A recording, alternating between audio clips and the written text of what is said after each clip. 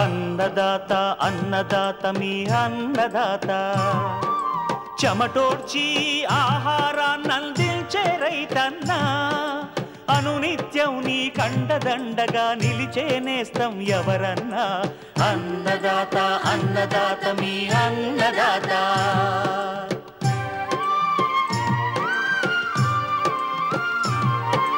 నూతన రీతుల సాగుబడికి నూరింతలు పెరిగే దిగుబడికి సూచనలిచ్చే సస్య రక్షణకు పశు పోషణకి శాస్త్ర విజ్ఞానం అందించి ముందుకు నడిపే తెలుగు రైతు భారతదేశానికి మకుటం అయ్యేలా తీర్చిదిద్దే ఆశయంతో మిమ్ము మేలు కొలిపేది అన్నదాత అన్నదాత అన్నదాత మీ అన్నదాత అన్నదాత అన్నదాత మీ అన్నదాత. అన్నదాత ప్రేక్షకులకు నమస్కారం. ఈనాటి ముఖ్యాంశాలు: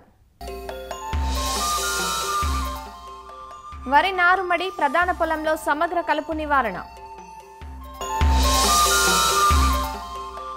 కూరగాయల సాగులో మల్చింగ్ ఉపయోగాలు, ఆస్టర్ పూల సాగులో అధిక దిగుబడికి చేపట్టాల్సిన యాజమాన్యపు మెలకువలు, ఇంకా జై కిసాన్ వ్యవసాయ సమాచారం.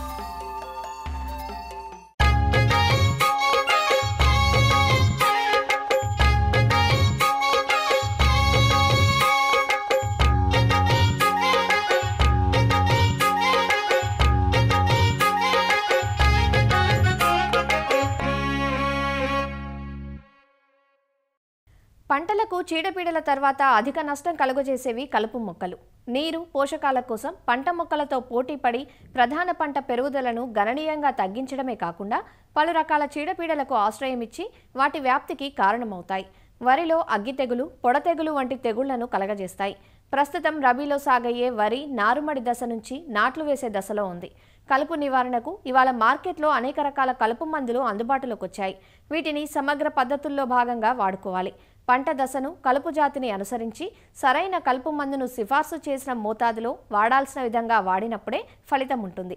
లేదంటే ప్రధాన పంటకు హాని కలిగే ప్రమాదం ఉంటుంది.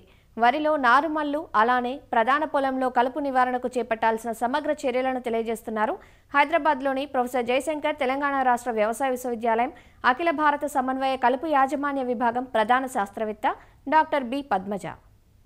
తెలుగు రాష్ట్రాల్లో పండించే పంటలలో వరి పంట ప్రధానమైనది. ఈ పంటలో కనుక సరైన సమయంలో కలుపు యాజమాన్యం చేపట్టకపోతే దాదాపుగా 3వ వంతు మనం దిగుబడి నష్టపోవాల్సిన ఆస్కారం ఉంది. కాబట్టి సరైన సమయంలో కలుపు యాజమాన్యం చేపట్టాలి. వరి నారుమడి నుంచే మనము కలుపు యాజమాన్యం కనుక చేపడితే ప్రధాన భూమిలో కలుపు సమస్య తీవ్రత అనేది తగ్గే అవకాశం ఉంది. కాబట్టి వరి నారుమడి వేసిన తర్వాత 10 నుంచి 12 రోజుల లోపల బిస్పైరిబాక్ సోడియం అనే కలుపు మందును 10 లీటర్ల నీటికి 4 మిల్లీలీటర్ల చొప్పున కలుపుకొని పిచికారీ చేసుకోవచ్చు. లేదా ఎక్కువగా ఈ నారుమడి నుంచి ప్రధాన పొలంలోకి వెళ్ళే అతి ముఖ్య కలుపు మొక్కలలో ఈ ఊద లేదా ఒడిపిలి అనేది ప్రధానంగా ఉంటుంది. కాబట్టి ఈ సమస్య ఎక్కువగా ఉన్న భూములలో సహాలోఫాబ్యూటైల్ అనే ఒక కలుపు మందును క్లించర్ అనే పేరుతో దొరుకుతుంది. ఇది లీటర్ నీటికి 1.5 మిల్లీలీటర్లు, అంటే 10 లీటర్లకి 15 మిల్లీలీటర్ల చొప్పున కనుక కలుపుకొని పిచికారీ చేసుకుంటే ఈ ఊద కానీ ఒడిపిలి కానీ ఈ నారుమడిలోనే చనిపోవడానికి అవకాశం ఉంది. ఇకపోతే ప్రధాన పొలంలో వరి నాటిన తర్వాత 3 నుంచి 5 రోజుల వరకు వాడుకోదగిన కలుపు మందులు ఉన్నాయి. అందులో ముఖ్యమైనది ప్రిట్లాక్లోర్, దీంతో పాటు సేఫ్నర్, సోఫిట్ అనే పేరుతో దొరుకుతుంది.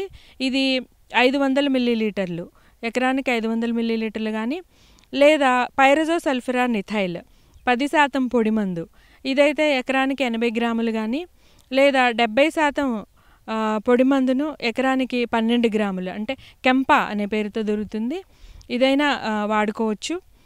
లేదా మిశ్రమ కలుపు మందులు పైరజోసల్ఫిరాన్తో పాటు ప్రెట్లాక్లోర్ అనే కలుపు మందు, ఇది గుళికల రూపంలో దొరుకుతుంది. ఇదైతే ఎకరానికి 4 కేజీలు, లేదా బెన్సల్ఫిరాన్ మిథైల్, దాంతోపాటు ప్రెట్లాక్లోర్ అనే కలుపు మందు, మిశ్రమ కలుపు మందు కూడా గుళికల రూపంలో దొరుకుతుంది. ఇది ఎకరానికి 4 కిలోలు. వీటిల్లో ఏదో ఒక దానిని నాటిన తర్వాత 3 నుంచి 5 రోజుల లోపల ఒక 20 కిలోల ఇసుకలో కలిపి కనుక చల్లుకుంటే మొలిచే కలుపు శాశ్వతంగా నివారించబడుతుంది. ఒకవేళ ఈ 5 రోజుల లోపల కనుక ఈ కలుపు మందులను వాడుకోలేకపోతే, అంటే కొంచెం లేట్ అయితే కూడా 7 రోజుల వరకు కూడా మనం వాడుకోదగిన కలుపు మందు కొరియాన్ అనే కలుపు మందు. ఇది ఎకరానికి 800 మిల్లీలీటర్ల చొప్పున తీసుకుని 20 కేజీల ఇసుకలో కలిపి ఇది కూడా మనం వాడుకోవచ్చు. నాటిన తర్వాత మళ్ళీ 15 నుంచి 20 రోజుల వరకు కూడా కొన్ని కలుపు మందులు వాడుకునే అవకాశం ఉంది. ఇందులో ముఖ్యంగా పెనాక్సిలమ్ ఎకరానికి 400 మిల్లీలీటర్లు వాడుకోవచ్చు. లేదా మళ్ళీ బిస్పైర్బ్యాక్ సోడియం ఎకరానికి 80 నుంచి 100 మిల్లీలీటర్ల చొప్పున వాడుకోవచ్చు. లేదా మిశ్రమ కలుపు మందులు ఆల్మిక్స్, ఇది ఎకరానికి 8 గ్రాములు.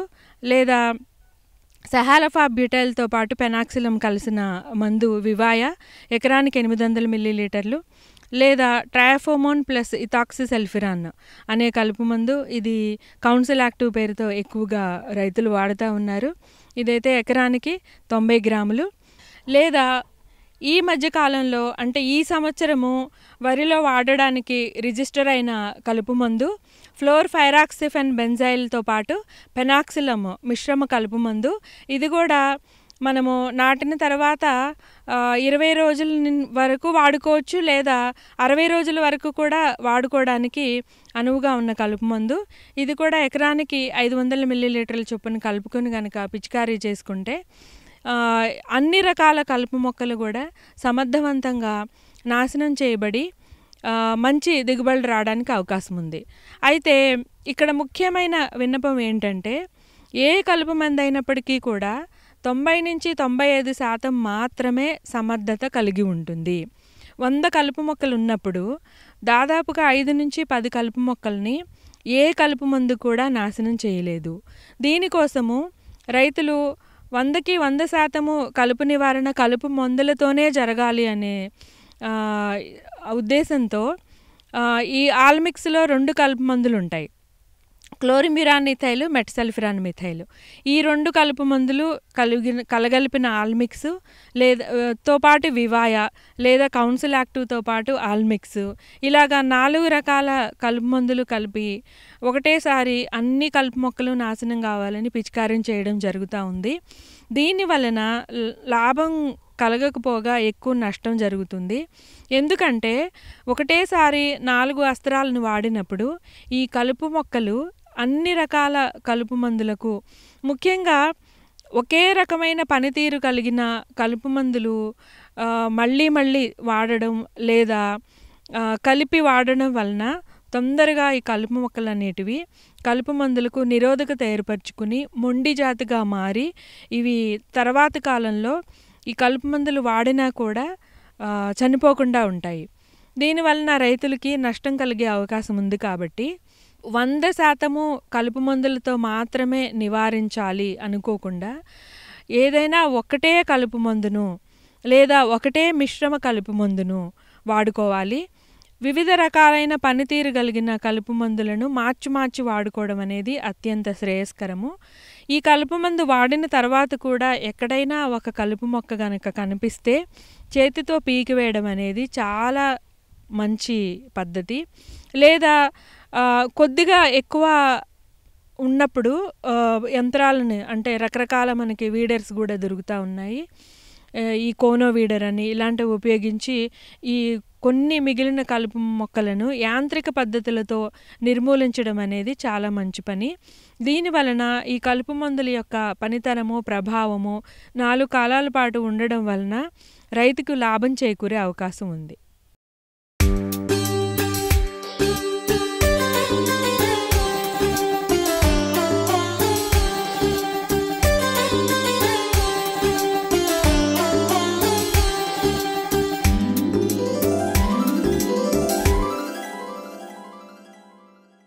అధునాతన వ్యవసాయంలో సూక్ష్మసేద్య విధానం విప్లవాత్మక మార్పులు తెస్తే దానికి మల్చింగ్ విధానం కొత్త సొబగులు అద్దుతోంది.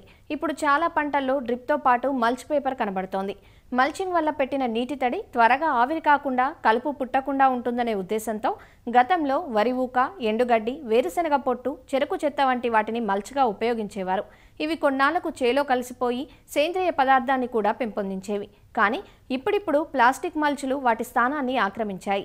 ఇవి కొంత ఖరీదే అయినా మల్చ్ పేపర్ను వాడడం అత్యంత సులభం కావడంతో దీని వినియోగం పెరుగుతోంది. కూరగాయల సాగులో మల్చింగ్ పేపర్ వినియోగం వల్ల కలిగే ప్రయోజనాలను తెలియజేస్తున్నారు డాక్టర్ వైఎస్ఆర్ ఉద్యాన విశ్వవిద్యాలయం, పార్వతీపురం, మన్యం జిల్లా ఉద్యాన కళాశాల assistant professor doctor Pradeep Kumar. కూరగాయలు సాగు చేసినప్పుడు కూరగాయలతో పాటుగా మనకి కలుపు అనేది తీవ్ర సమస్యగా వాటిల్లింది. వీటిని నివారించడానికి రైతు సోదరులందరూ విపరీతంగా ఈ హెర్బిసైడ్స్ స్ప్రే చేయడం వల్ల కూరగాయల్లో ఆ రెసిడ్యువల్ ఎఫెక్ట్ వల్ల అనారోగ్య పరిస్థితులు, ముఖ్యంగా క్యాన్సర్ వచ్చే కారణాలు ఎక్కువగా ఉన్నాయి. అందువలన రైతు సోదరులందరూ ఈ కూరగాయలను పండించేటప్పుడు రైజ్డ్ బెడ్ విధానం ద్వారా గ్రో చేసినట్లయితే రైజ్డ్ బెడ్స్ పైన పాలిథిన్ మల్చ్ మనం వేసుకొని ఒక 100 నుండి 150 గేజ్ ఉన్నటువంటి పాలిథిన్ కవర్ వేయడం వల్ల కలుపుని అధిక మోతాదులో నివారించవచ్చు. అదేవిధంగా కలుపు ఏదైతే నివారించడానికి వాడే కెమికల్స్ ఖర్చు రైతు సోదరులందరూ తగ్గించుకోగలరు. వివిధ రకాలైనటువంటి కలర్డ్ మల్చెస్ మనకి అవైలబిలిటీ ఉన్నాయి. మల్చ్ అనేది కలుపుని నివారించుతుంది. అదేవిధంగా ఎండకి సాయిల్ స్టెరిలైజ్ చేసి లోపల ఉన్నటువంటి హానికరమైనటువంటి పురుగుల యొక్క గుడ్డులు ఇవి చనిపోయేటట్టు చేస్తూ ఉంది. అదేవిధంగా మాయిశ్చర్, వాటర్ రిటెన్షన్ కెపాసిటీని పెంచుతూ ఉంటుంది. అదేవిధంగా మనకి సిల్వర్ కలర్ మల్చ్ వేసుకున్నట్లయితే ఈ సిల్వర్ కలర్ మల్చ్కి కొన్ని పురుగులు రిపల్లెంట్గా పనిచేస్తూ ఉంటుంది. ఆ పురుగుల బెడద నుండి కూడా మనము కాపాడుకోవచ్చు ప్రధానమైన పంటని. మల్చ్ని ఉపయోగించాలంటే మనము సాళ్ళులో సాగు చేసేదానికంటే ఈ రైజ్డ్ బెడ్ విధానం ద్వారా సాగు చేసినట్లయితే ఈ మల్చ్ యొక్క ఉపయోగం ఎక్కువగా ఉంటుంది. ఎందుకంటే మనం ఈ రైజ్డ్ బెడ్స్ వచ్చేసరికి 10 నుండి 15 సెంటీమీటర్ల ఎత్తు, 1.2 మీటర్ల వెడల్పు, మనకు లభ్యమైనంత పొడుగు ఇలా ఉండడం వల్ల మనకి మల్చ్ సీట్స్ కూడా మార్కెట్లో అవైలబిలిటీ ఈ డైమెన్షన్స్లోనే మనకు దొరుకుతూ ఉంటుంది. మనం ఈజీగా ఇది మల్చ్ సీట్ అనేది రైజ్డ్ బెడ్ మీదను పరుచుకొని పాలిథిన్ కవర్ యొక్క 2 చివరలు మట్టిలో లోపలికి కప్పిపెట్టి, ఇప్పుడు టొమాటో వేసుకున్నట్లయితే టొమాటోకి ప్లాంట్ టు ప్లాంట్ స్పేసింగ్ 40 సెంటీమీటర్లు ఇంటూ 40 సెంటీమీటర్లు ఆ విధంగా మల్చ్ని మనం కట్ చేసుకున్నట్లయితే 40 సెంటీమీటర్లు ఆ విధంగా వివిధ రకాల కూరగాయలు ఆ కూరగాయల స్పేసింగ్ని బట్టి మనము మల్చింగ్ పైనటువంటి రంధ్రాలను తయారు చేసుకొని కూరగాయలను సాగు చేసి కలుపుని సాధ్యమైనంత మేర నివారణ చేసుకోవచ్చు. ఇది రైతు సోదరులందరూ గమనించవలసిందిగా కోరుచున్నాం.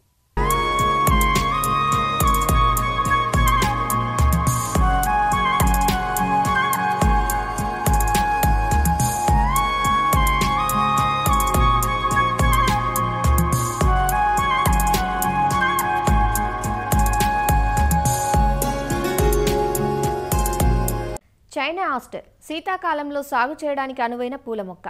వీటి పూలు వివిధ రంగుల్లో ఉండి వాటిని విడిపూలుగా, కట్ ఫ్లవర్గా, పుష్పాలంకరణల్లోనూ, పూజా కార్యక్రమాల్లో, కుండీల్లో, ఉద్యానవనాల్లోనూ పెంచడానికి వాడుతుంటారు. శీతాకాలంలో చామంతుల తర్వాత ఈ విడిపూలకు గిరాకీ ఎక్కువగా ఉండటం, నాటిన 50 నుంచి 60 రోజులకే కోతలు అందిరావటం, 2 నెలల పాటు పూల కోతలు తీసుకునే అవకాశం ఉండటంతో రైతులు ఆస్టర్ సాగు చేపడుతున్నారు. అక్టోబర్ నుంచి డిసెంబర్ వరకు దఫదఫాలుగా నాటుకుంటూ ఉంటారు ఈ పంటను. అలా వేసిన పంట ప్రస్తుతం పెరుగుదల దశ, మొగ్గ దశ నుంచి కోత దశ వరకు ఉన్నాయి. యాస్టర్ నుంచి అధిక దిగుబడి, మంచి నాణ్యత కోసం చేపట్టాల్సిన యాజమాన్య, సస్యరక్షణ చర్యల గురించి ఈరోజు అన్నదాతలో చూద్దాం.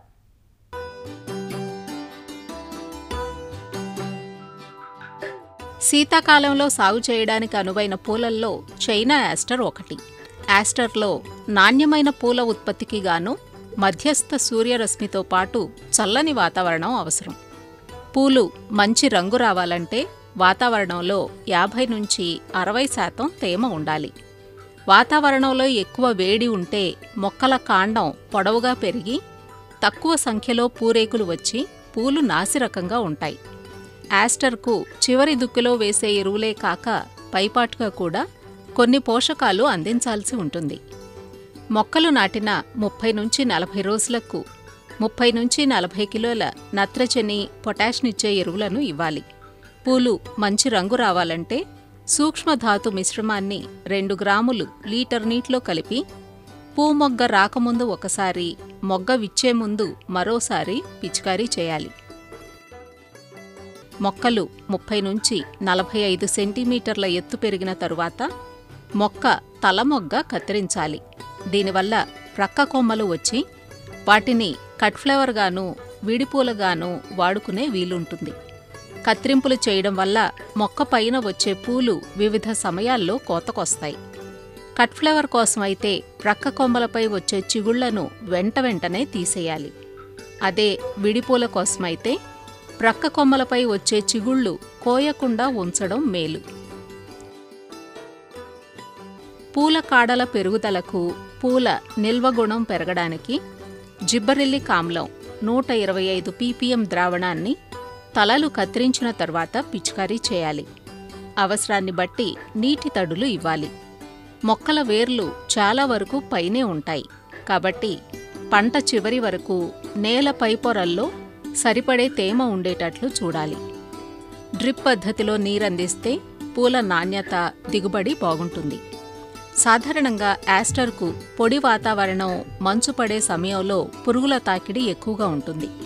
యాస్టర్కు ప్రధాన సమస్య కాండం తొలిచే పురుగు. ఈ పురుగు నివారణకు క్వినాల్ఫాస్ 2 మిల్లీలీటర్లు లేదా ప్రొఫినోఫాస్ 2 మిల్లీలీటర్లు లీటర్ నీటికి కలిపి పిచికారీ చేయాలి.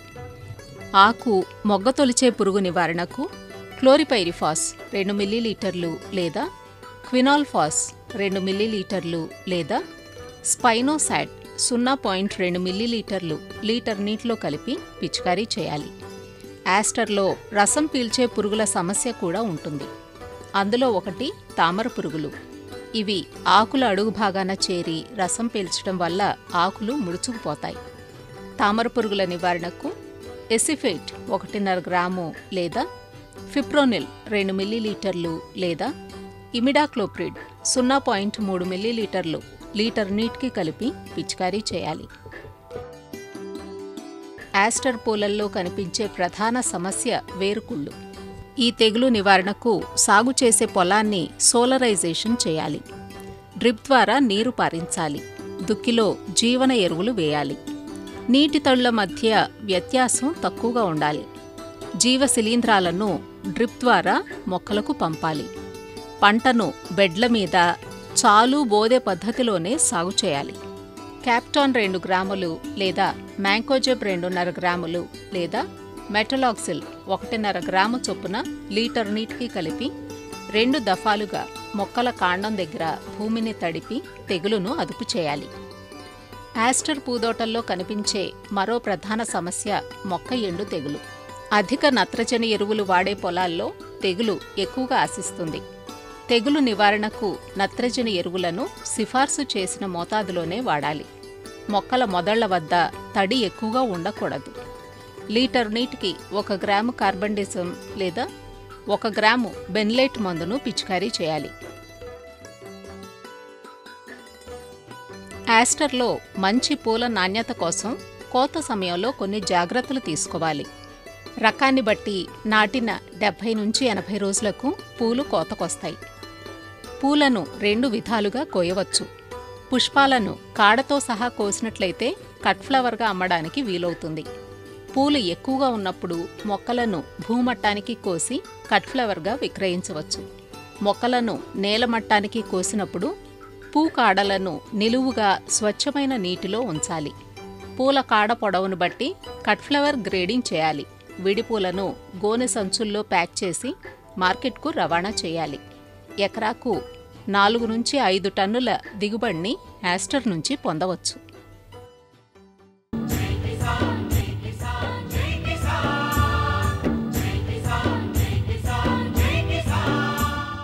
వ్యవసాయ సమాచారం ఇప్పుడు జై కిసాన్లో చూద్దాం.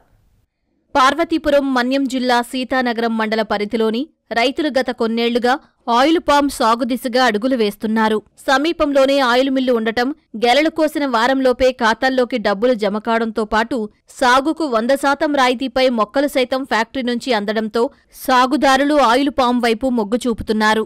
గత 6 సంవత్సరాల క్రితము మేము ఒక 10 ఎకరాల పామాయిల్ తోట వేసామండి.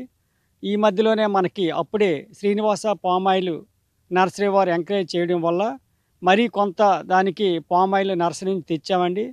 చాలా లాభదాయకంగా ఉంది. గత ప్రభుత్వంలో అయితే మాత్రం మాకు ఎటువంటి సబ్సిడీలు కానీ, ఎరువులు కానీ, పురుగు మందులు కానీ ఏ రకము మాకు లేవండి. ఇప్పుడు వచ్చిన గవర్నమెంటు ఇప్పుడిప్పుడే మాకు 100% మొక్కలు ఫ్రీగా ఇస్తున్నారండి. డ్రిప్ కూడా 90% సబ్సిడీతో అందిస్తున్నారండి. మాకు ఒక 2.5 కిలోమీటర్ల దూరంలోన వేబిడ్జి కాటా సెంటర్ కూడా ఏర్పాటు చేసి తక్షణమే మాకు ఫ్రూట్ని తీసుకొని ఒక వారం 15 రోజుల్లో పేమెంట్ కూడా మా అకౌంట్లోకి వేస్తున్నారండి. శ్రీనివాస పామ్ ఆయిల్ మిల్ వారు అందరూ మాకు మీటింగ్లు పెట్టి ఫలానా కూడా ఎంతో సహకరించారు. ఆ ఊర్లో చాలామంది 15 సంవత్సరాల క్రితం నుండి వాళ్ళు పామ్ ఆయిల్ వేశారు. మాకు కూడా చెప్పి వీళ్ళకి ఆదాయం వస్తుందని చెప్పి వేసాము. ఎకరాకి 57 మొక్కలు వేసాము. 5 ఎకరాలు వేసాను. ఇవి చాలా లాభసాటిలా ఉంది. 2010లో 13 ఎకరాల పామాయిల్ తోట వేసాను. గతంలో అనేక పంటలు పండించేవాడిని, కానీ వాటి వల్ల నాకు లబ్ధి కుదరలే. ఎందుకంటారంటే అధిక మదుపులు, లేబర్ ఇబ్బంది అన్ని బాధలు కలిగిన తర్వాత మాకు పామాయిల్ అనేది తెలిసింది. ముఖ్యంగా మా సీతానగరం మండలంలో శ్రీనివాస పామాయిల్ ఫ్యాక్టరీ యాజమాన్యులు మాకు సీతానగరంలో మండలంలో మీటింగ్ పెట్టి ఈ పామాయిల్ ప్రొడక్షన్ ఇలా ఉంటుంది, ఈ విధంగా చేయాలి అని ఒక మా గ్రామం పక్కన బగ్గందరస అనే గ్రామం పక్కనే మొక్కను స్థాపించారు. చిన్న మొక్క నుండి పెద్ద మొక్క తయారు చేసి ఒక కంపెనీ ఏర్పాటు చేసి ఉచిత మొక్క సప్లై చేస్తున్నారు, ఉచిత సలహా ఇస్తున్నారు. నేను 2007లో పామాయిల్ తోట వేయడం జరిగింది. అప్పుడు ఎకరాకి 57 మొక్కలు తరపున వేసాం. అన్ని పంటల కంటే మంచి అంటే అనుకూలమైన పంట పామాయిల్. అనుకూలంగా ఉంది కాబట్టి స్టెప్ బై స్టెప్ ఒక 40 ఎకరాల వరకు పామాయిల్ పెంచుకోవడం జరిగింది. కాకపోతే ఈ సంవత్సరం కొద్దిగా రేటు మొదట్లో బాగా తక్కువ ఉంది. 4 మంత్ నుంచి బాగానే అనుకూలంగా ఉంది, పర్లేదు. కాకపోతే వాతావరణం ఈ సంవత్సరం అనుకూలించదు కాబట్టి దిగుబడులు కూడా బాగా తగ్గాయి. శ్రీనివాస పామాయిల్ ఫ్యాక్టరీ నుంచి మాకు ఈ మొక్కలు ఇచ్చారు. గెల్ల కూడా శ్రీనివాస పామాయిల్ ఫ్యాక్టరీకి తోలుతాను. మాకు దగ్గరలో కాటా కూడా ఫ్యాక్టరీ దూరం కాబట్టి కాటా కూడా మాకు కాశీపేట దగ్గర ఏర్పాటు చేశారు. మాకు బాగానే ఉంది, పర్లేదు. టైం టు పేమెంట్స్ కూడా బాగానే పడుతున్నాయి. ఈ ఏడాది నుంచి జిల్లాలో ఆయిల్ పామ్ సాగు చేసే రైతులకు ఉద్యాన శాఖ తరపు నుంచి రాయితీలు అందుతున్నప్పటికీ గత కొన్నేళ్లుగా ఫ్యాక్టరీ యాజమాన్యం రైతులకు తమ వంతు సహకారాన్ని అందిస్తోంది. శ్రీనివాస పామాయిల్ మిల్లు 2002లో రాజాం దగ్గర లింగాల వలసలో స్థాపించడం జరిగింది. ఆయన డాక్టర్గా మణిదీప్ కృష్ణ గారని ఫ్యాక్టరీ సిఇఓగా చేస్తూ, మనం డాక్టర్గా ఉంటే నేను పేషెంట్లకే నేను సర్వీస్ చేయగలను, అలా కాకుండా చిన్న సన్నకారు రైతులు ఈ జిల్లాలో ఉన్నారని 2002 నుండి ఇక్కడ నర్సరీ స్టార్ట్ చేశారు. స్టార్ట్ చేసి ఇతర దేశాల నుండి అంటే మలేషియా, బ్రెజిల్, థాయిలాండ్ నుండి సీడ్ తీసుకొచ్చి ఫస్ట్ 3 నెలలు పాలిషేడ్ నెట్లో పెంచి 3 నెలల తర్వాత మొక్క మనం చేంజ్ చేసి 9 నెలలు ఓపెన్ ఫీల్డ్లో పెట్టి ఫార్మర్కి ఫ్రీగా మొక్క ఇద్దామని డిసైడ్ మీద శ్రీనివాస యాజమాన్యం వారు నిర్ణయించడం జరిగిందండి. దానిలో భాగంగానే మనం ఈరోజు రైతుకి ఫ్రీగా ఇవ్వగలుగుతున్నాం. ముందు ఈ ఆయిల్ ఫామ్కునే డిమాండ్ని దృష్టిలో పెట్టుకొని ఇటు మొక్కకి మనం రైతుకి ఫ్రీగా ఎలాగ ఇస్తామో అది గవర్నమెంట్ కూడా కంపెనీకి సబ్సిడీ ఇస్తుంది రైతు తరఫున. అందుకు కాబట్టి రైతుకి ఫ్రీగా వస్తుంది మొక్క. మన సీతానగరం మండలమే కాకుండా 36 మండలాల్లో ఈ ఫ్యాక్టరీ పరిధిలో జోన్ ఉందండి. ఎక్కడ రైతు వేసినా సరే మనం మొక్క ఫ్రీగా అందిస్తాను. మిగతా పంటలతో బేరే చేసుకుంటే గట్టిగా కష్టపడి రైతు పండించినా కూడా మిగులు అనేది తగ్గుతుందండి. కానీ ఆయిల్ ఫామ్కి వచ్చేసరికి ఏంటంటే యావరేజ్న 3వ సంవత్సరం అయ్యేసరికి పంట కాపు దశకు వస్తుందండి. ఫస్ట్ సంవత్సరం 4-5 టన్నులు దిగుబడి వచ్చినా సరే 4వ సంవత్సరం దాటిన కాండి 10 టన్నులు యావరేజ్ తీసుకుంటే 16,000 టన్నుకి వేసుకుంటే సంవత్సరం యావరేజ్న 16,000 ఇంటూ 10 టన్నులు అండి, 1,60,000 రూపాయల పంట ఒక రైతుకి ఒక ఎకరానికి. మనకి 60,000, 50,000 నుండి 60,000 రూపాయలు ఒక ఎకరానికి ఖర్చు అవుద్దండి. పెట్టుబడి తీసిస్తే 60,000, 1,00,000 రూపాయలు ఈజీగా ఒక ఎకరంలో మిగులుతుందండి. మార్కెట్లో పామాయిల్కు రోజురోజుకు ధరలు పెరగడం, దేనికి తోడు పంట సాగుకు, డ్రిప్ ఏర్పాటుకు రాయితీలు వర్తిస్తుండటం వంటి సానుకూలతలు రైతులను ఆకర్షిస్తున్నాయి. అయితే నీటి వసతి పుష్కలంగా ఉండే రైతులు మాత్రమే ఆయిల్ పామ్ సాగును ఎంచుకోవాలంటూ అధికారులు సూచిస్తున్నారు. మరిన్ని విభిన్నాంశాలతో రేపటి అన్నదాతలో మళ్ళీ కలుసుకుందాం. అంతవరకు సెలవు, నమస్కారం. అన్నదాతలు తమ సందేహాలు, సమస్యలను 1800-425-4085 టోల్ ఫ్రీ నెంబర్లో ఉదయం 10 గంటల నుంచి 11 గంటల మధ్య పని దినాలలో సంప్రదించగలరు. ఈ కార్యక్రమాన్ని యూట్యూబ్లో www.youtube.com/అన్నదాత ఈటీవీ లింక్ ద్వారా వీక్షించవచ్చు. అన్నదాత కథనాలు ఈటీవీ విన్ మొబైల్ యాప్లో వీక్షించండి.